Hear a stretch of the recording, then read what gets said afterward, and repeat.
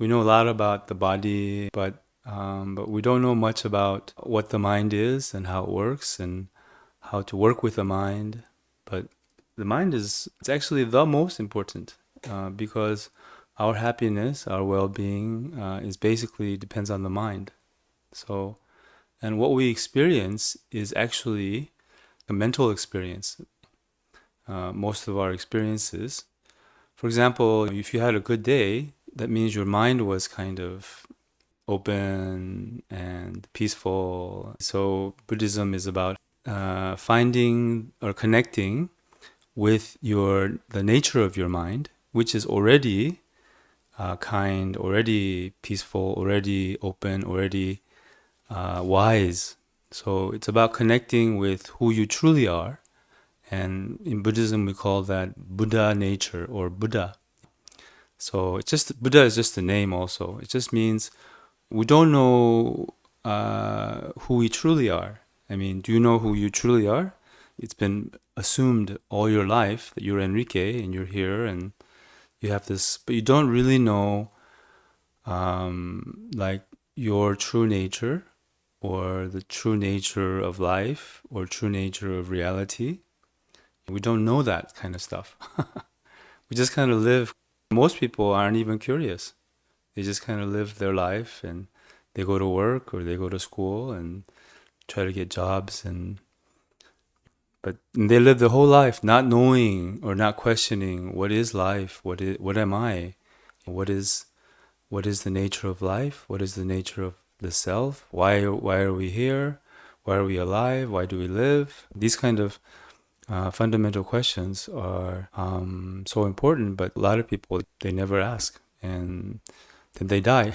And then they die with lots of regret and lots of fear. That's kind of how most people live. Most people live like that.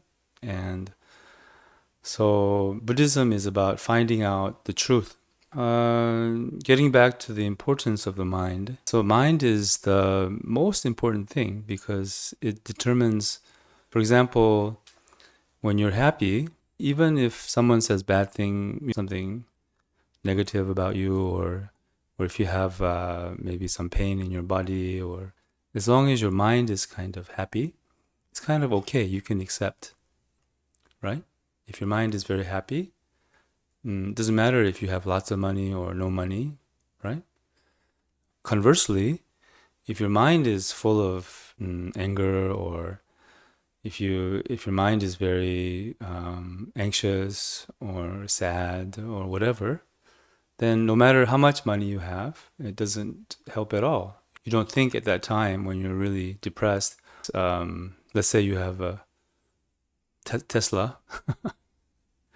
At least I have a Tesla. Do you think like that? When you're really depressed, you think, at least I have a Tesla. Of course, Tesla would be nice, but um, but that doesn't help at all, right? I mean, it doesn't matter how nice your circumstances are. So in Buddhism, it's about learning how to make your mind, more peaceful and connecting with the nature of mind, and then being free from all of these things that bother us. And what bothers us, you might think it's the other people or circumstance, but what really bothers us is our own mind, is our anxiousness or sadness or anger or what these emotions are really what bothers us, and these emotions are the real problems of our life. When I was in college, I got fired from this job I had. I suffered for a really long time after that. It was quite traumatic because I had friends there. A big part of my life was at that job, and then I got fired. I was suffering for several months. But that suffering, you might think, well, it's because I got fired, but really it's because of the mind. The suffering is in the mind. So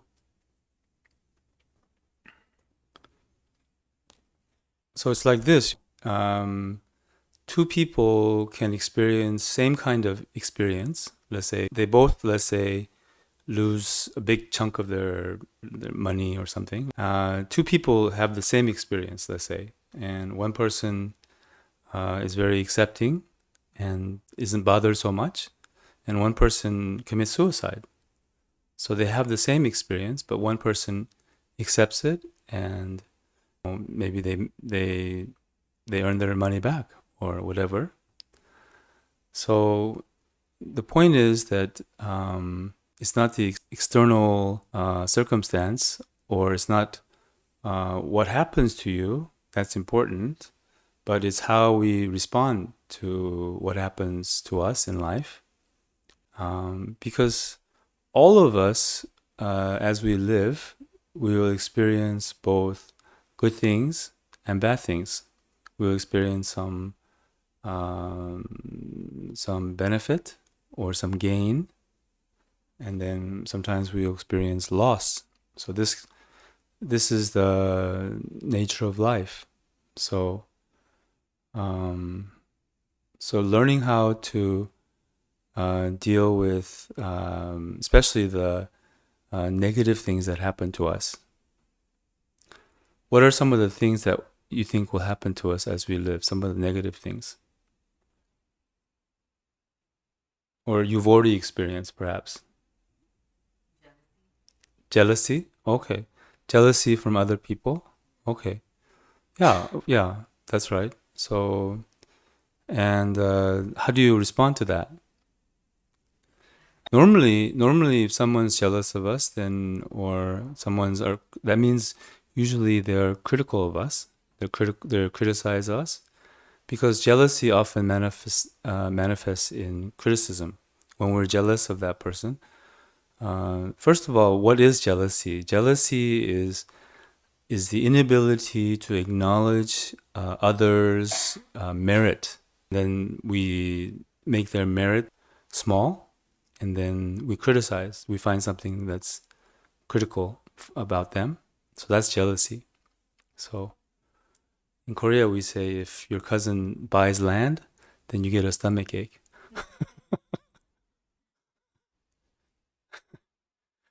So it's like jealousy is simply being unhappy at others' happiness or others' goodness.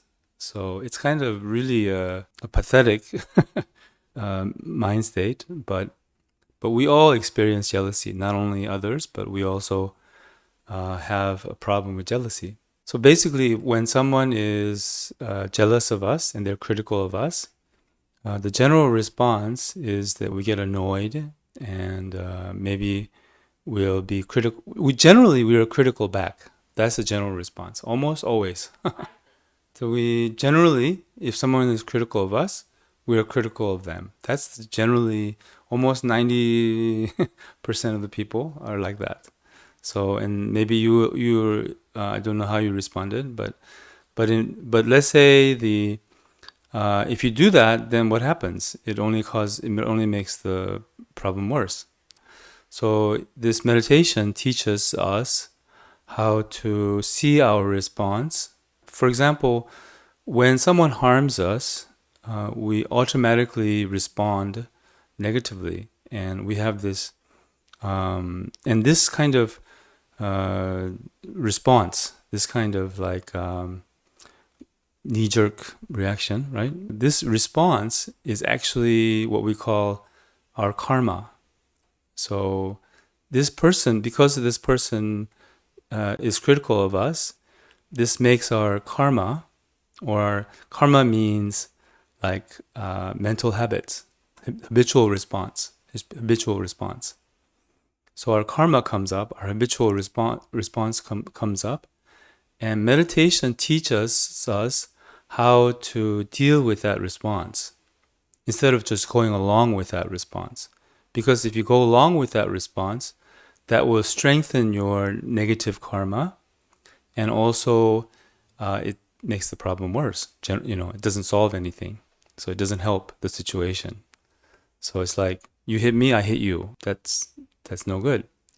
So and then meditation teaches us how to let it go, and by letting go, then we deal with the situation in a much way and much kinder way. So instead of just acting, we say unconsciously. Unconscious behavior is what is meant by karma. It's the same thing. And everybody lives just unconsciously and acts unconsciously. So meditation teaches us how to live consciously, how to live awake, more, more aware instead of just acting habitually. But most everybody just lives habitually, just lives unconsciously, just thinks unconsciously, just speaks unconsciously, just acts unconsciously. So that is most everybody lives like that.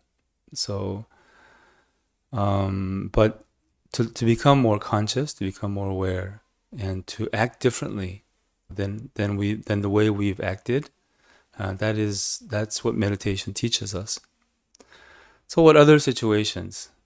In life, there are some basic situations that bring a lot of pain in life. And that is, for example, loss of a loved one, or breaking up with somebody. Have you ever broken up with anybody? I'm sure most of you have, maybe. How is that? Is that is that pleasant? Do you recommend that to anyone?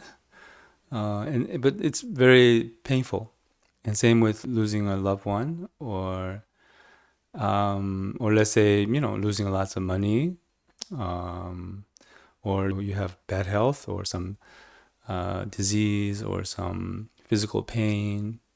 Do you think you will experience this, or you have experienced this in life? Of course, of course. You cannot avoid it. You cannot avoid separation, loss, these kind of things. You cannot avoid it. And you will all experience it, and you have experienced it. So, and wouldn't it be nice if we had the skills to learn to deal with these situations? But we don't learn these skills anywhere except here. Yeah. No, I'm just kidding. I'm just kidding. I'm only. I mean, no. You can learn them, of course, in any. Nowadays, you can learn them in many places. But anyway, the point is that that's what Buddhism is. It's about how to deal with the responsive mind. In other words, whenever situations occur in life, that situation, whether it's good or bad, that's not so important. But how we respond to that situation, that's really important. So to have a positive attitude and to accept it. And then every situation actually can be a helpful situation. So that's what meditation teaches us. It gives us the skills to deal with the unwanted situations of life. So whether it's a breakup, or whether it's someone dies, or whether your body is in poor health, or whatever the case, meditation teaches us to deal with these unwanted situations in a more open, more positive way, and more skillful. And then actually, these unwanted situations is an opportunity to grow, and is the best opportunity for us to grow, as well as gain inner strength, to become a stronger person, and to deal with even greater adversities. Because you guys are young, we have to experience the things we don't want. That's just part of life. You cannot just experience what you want. That's not nobody has a life like that. So even though everybody wants a life like that, but nobody has a life like that. So the nature of life brings us some good things and some bad things. That's the nature of life. So you can't avoid that. And how to deal with these situations, we learn that in meditation. In a way, it's kind of simple. It's not easy, but in a way, it's kind of simple. And the way is to deal with your mind, the responding mind, the way your mind responds to situations, to deal with that mind. And we don't know how to deal with that. And that's why, we become very entangled in the situation. And the situation has a great power over us. So, and when we learn how to deal with this responding mind, the situation no longer has power over us, but we have the power.